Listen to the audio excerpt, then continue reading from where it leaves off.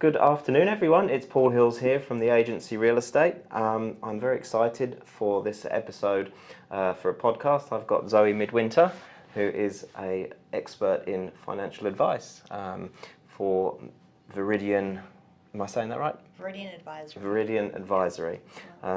You've been in the industry for about 20 years or so? Yeah, financial services and 10 years as a financial advisor. Okay. Yep. I wanted to get Zoe on the podcast because only recently you helped my wife and I, and there was so much that I just didn't know, and I know you're going to help us going forward, so in terms of potentially buying property and so on. So I've got Zoe on just to ask a few questions, and Zoe's going to answer those for me. So we might as well kick on and get into it. Oh, actually, Zoe, how long have you been on the coast for? 10 years on the coast. 10 years, okay. Actually, just give us a quick rundown, a little bit about yourself. Yeah, absolutely. So I've always been in financial services. So I've been on the risk and compliance side of things, and then came into financial advice. So there was a big promotion to get more women in financial advice roles back about 10 years ago. So I jumped on that and thought, what a great opportunity. I could really help people, get people go where they want to go. So it was great. So I trained up on that, and then been on board here on the coast as a financial advisor for that time. And I know we were just talking before we went on camera a little bit about the surf club you're involved in, Shelley Beach Surf Club. Yeah, absolutely. So a big bunch of us there, Masters Women's, have a great time, Yeah. a bit of competition, and lots of training. Yeah, it's fantastic. Excellent, okay. All right, so Zoe, what is it that financial advisors do? Great question. So we're all about helping people meet their long-term financial goals. Okay. Okay, so whether that's accumulating wealth, Yep. Protecting their families and their assets with life insurance, planning for retirement, and also while they're in retirement, helping manage an income stream to make sure they can live the lifestyle that they want to. Okay, very interesting. Obviously the financial world changes a lot, so I don't really know much about superannuation. What is the latest in the superannuation space? Yeah, there's more opportunities as far as helping to build up your superannuation, which is fantastic. So we love superannuation because it's a low tax environment, so a great way to sort of accumulate money, accumulate your long-term wealth. Okay. The downside of it, of course, is you can't touch it to retirement. Yeah. However, having that low tax environment is a great opportunity to try and build things up, and as from 1st of July this year, the ability to get more money into super has increased, so the caps have increased. So for example, you can get $360,000 into your superannuation fund in one go. Wow. A lot of people say I don't have that sort of money. Yeah. But as people go through life, they can get inheritance. We have had some people win lotto. I was just going to say that. And also, of course, selling big other assets like properties. Yeah. And suddenly they've got money available. Yeah. Putting it into a low tax environment. Perfect. So the opportunity's there. The other key one as well that's changed is from 1st of July up to $30,000 contributions. So your employer contributions, pre-tax contributions, tax deductible contributions can now go up to $30,000 in 1 year. Okay. So opportunities around that, if your company's had a bumper year, your business had a bumper year, or you find yourself with extra cash flows, great opportunity to be able to get more money into your super and start growing that retirement money. Okay, interesting. Yeah. Cool, okay. Well, that's all very interesting. I mean, coming from the UK, we don't have things such as superannuation. It's all pension funds and state pensions and so on. So just having you go through that with me recently, it's and the opportunities there for investing are really good, aren't they? So can we use our super funds to purchase property? That's what a lot of people are going to want to know.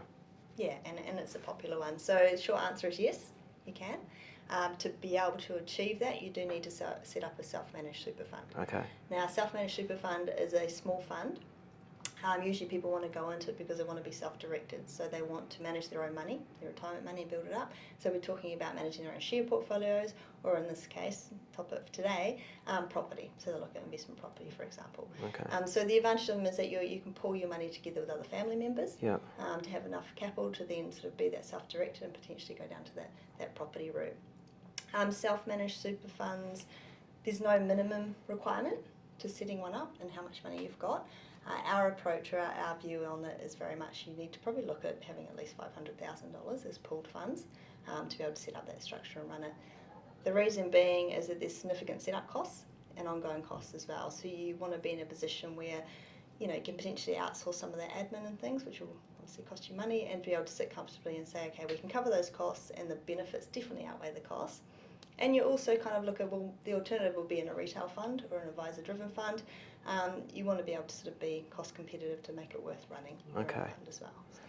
So in theory, if you won lotto, put the money into your super fund, you could then do a self-managed super fund and then invest in property. Yeah, so even if you've accumulated your superannuation balance over time, and then you're pooling it together, say with your spouse or other family members, and you're sort of hitting that, you know, if you've got a few $100,000 in there, some people will set up a self-managed super fund with as little as $200,000. Okay. As I said, our view is more the 500,000 is when you're really going to see this benefit outweigh the costs. Okay. Of going down that structure. So, yeah, so it's about pooling the money and being self-directed. Yeah. And that's the reason for having that structure. So it's very different. You're in control of it. You're running it. You've got to make sure it's fully compliant. Very different from then just popping your money in a big retail fund or something where it's kind of, you've got X amount of investment options. It's all run and driven for you, and it's very hands-off. Yeah, okay. Whereas this is hands-on. Okay. Last two questions. What do we need to know when considering purchasing property in super? What are the... Okay. And this really links into what you were just saying. So your self-managed super fund structure is complex, and you want to make sure you do it properly. Okay. Right? So it's having the right advice and the right people there. So you want to make sure that it's set up correctly, but also when you go to purchase property within it, there's extra steps in there. For example, the property needs to be purchased through a bare trust. It's just having all your ducks aligned and not rushing it and knowing what you're doing in that space. So, yeah, having the right advice, making sure the structure's correct. It's complex, but it's doable. Yeah. And for some people, it works very, very well. Okay. Other people, it's completely inappropriate for. They're time poor. They don't understand it. They don't understand the obligations around it, etc. So, yeah, there's two camps here, which is why I'm trying to give a balanced view, because it can work really well, and on the other hand, it can so it's all an individual basis, really? Yeah, you've got to be, the right amount of money, time to put into it, and getting a really good understanding of what you're getting yourself into, and being prepared to manage it and things. But on the actual property side of things, so there's obviously a lot of rules around that as far as when you go to purchase property. It can be residential property or like your commercial property. It's got to be arm's length, so it can't be related parties. So you can't, with your wife, pull your money together and go and buy yourself a holiday house that you use with your retirement funds, because the whole point of your retirement funds is to fund your retirement, not for other purposes and not to benefit from it now. Okay. It's got to be for when you hit retirement. So it's called the sole purpose test. So everything's got to be arm's length, so it can't be a related party. There's one situation where it can be a related party. So, for example, what we call business real property. So let's say a commercial property, for example. The super fund invests in that and holds that, and then your business can actually rent that off the super fund. I see. Okay. But it has to be arm's length, so it's got to be on a retail basis. Right. The rental income, etc. Yeah. So that's the only kind of situation where you can have it. Okay. Yeah. It's very interesting, and it sounds complicated, but I'm sure once you've got the right advice, and you would sit down with somebody or a couple or a business and go through all the ins and outs of how to do it and see whether it is. Yeah. And only this particular structure you can borrow in a self-managed super fund. Oh, okay, yeah. So you're starting out. Let's just say you've got the pool of money of 500,000, but you're looking at a property that costs a lot more than that, especially if you're talking about industrial or commercial type property. There is the ability to lend to be able to then go into property. There's another whole set of rules around that. So today we only just sort of tipped on the iceberg, which I think is really important, just to give a general overview and say, look, there is the ability to go into property using retirement funds, but there's a lot more to it. And you would guide them through it, because I've got lots of questions that I'm thinking about now, but we won't go through those now. I would suggest anyone contact you to go through those, or through me. Finally, what are the tricks and traps of property investing through super? Yes, okay. So if you don't set your self-managed super fund up correctly, if you don't set up the trust correctly to then purchase the property with, you can fall foul of the legislation. Right. Now, what happens then is that if you're a non-compliant fund, you may lose your concessional tax environment. Okay, so you're talking about your 15% tax rate within super. Suddenly they say you're non-compliant, bang, your marginal tax rate's being applied to your retirement benefits, and it just blows any accumulation of retirement monies, everything, it can just blow everything apart. So you want to take your time. Yeah. Set things up correctly. You're not going to jump in and go buy a property in a weekend before you've got your SMSF and all your trusts and your trust deeds and everything else set up. Yeah. So it's a matter of just doing one thing at a time in order to make sure you're well planned, well thought out. Okay. Because you do not want to fall foul of the legislation. Very hard once you make a mistake to unwind it. Yeah. Okay. I know it sounds scary, but it's good to go in with your eyes wide open with this kind of stuff. And I'm sure you've seen cases that. Yeah. Yeah. So. Yeah. So where it goes wrong. Yeah. The other one key is one of the responsibilities of the trustees of the fund is making sure you've got an appropriate investment strategy in place. Now that comes and relates directly to the property as well. So you've got to consider diversification. So having one big lumpy asset in the fund may be appropriate, but you've got to consider liquidity around that. Okay, so the fund's still got to be paying its expenses. What if the property's not rented out for a while? Has there enough money there to cover any shortfalls? Yeah, it's interesting. The usual with the investment property, Yeah. what if something goes wrong, maintenance and that kind of thing. So it's taking into consideration there's enough liquidity there. The other challenges with family members in this kind of structure is you may have someone, for example, who's hitting retirement age, and suddenly they want to start pulling out a pension payment out of the fund. But then you may have someone who's younger in their 30s in the fund, who's still building up. And if you've just got one lumpy asset in the fund, you can't just, if it's in property, you can't just sell off the bathroom to then fund someone's retirement benefit, right? Yeah. So you've got to really think through, if you've got people of different generations and different needs in that fund, how do you manage to that? Yeah. Again, how do you make sure there's cash available? How do you make sure maybe there's another asset in there, so it's like a share portfolio or something, to then be able to fund those payments? So there's a bit to think about. There's a lot to think about.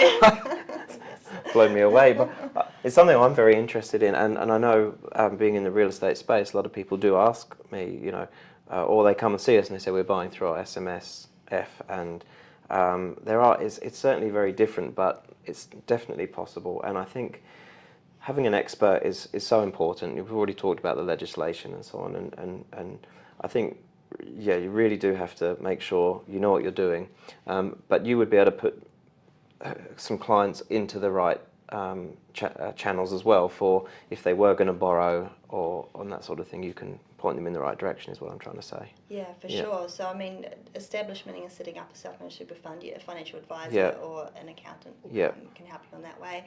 But also, legal people for trusts, setting up trusts. You can, if you've got the ability and you don't want to do it all yourself, administration assistance as well. Okay. But you also need accountants and auditors as well. It's going to be audited on a yearly basis. Okay. And accounts, obviously, on ongoing is very important as well. So there's a lot of professionals involved, but there's also a lot out there that are more than capable and have the skills to help you through it as well.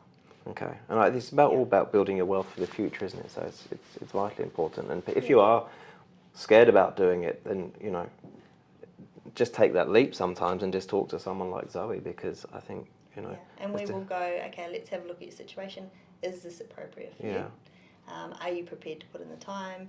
Do you fully understand what this involves? Yeah. And if it's yes, then it may work very beautifully for you. Well, thank you very much. Pleasure. If anyone would like to contact Zoe, what's the best way? Through email or just through your website? Yeah, sure. So, and my direct phone number. Okay, and I'll post all those links as well. Anyway, that's Okay, well, thank you very much, Zoe. It's been fascinating. Do get in contact if you'd like to talk more, and we'll see you again soon. Lovely.